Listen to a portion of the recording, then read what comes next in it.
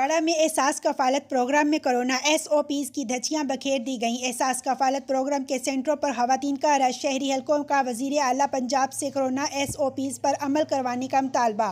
مزید جانتے ہیں اپنے نمائندہ اشتیاق احمد جٹ سے۔ اوکاڑہ میں احساس کفالت پروگرام کے دوسرے مرحلے کا آغاز کر دیا گیا، جس میں کرونا SOPs کی سرعام دھجیاں بکھیری جا رہی ہیں۔ کورونا کے پھیلاؤ کے پیش نظر اسکول اور کالج کو بند کر دیا گیا ہے اور ان میں احساس کفالت پروگرام کے سینٹر بنا دیے گئے ہیں۔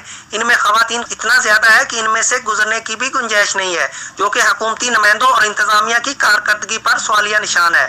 اس رش کے بعد سغرا بی بی زوجہ یار احمد، جو کہ فتح پور کی رہائشی ہے، اچانک طبیعت خراب ہونے کی وجہ سے جس کو ریسکیو 1122 نے ابتدائی طبی امداد کے لیے اسپتال منتقل کر دیا۔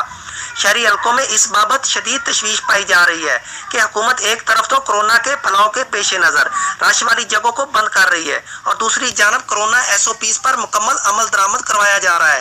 یہاں احساس کفالت پروگرام میں کورونا وائرس کو کھلی دعوت دی جا رہی ہے، کسی بھی حکومتی SOPs کا خیال نہیں رکھا جا رہا۔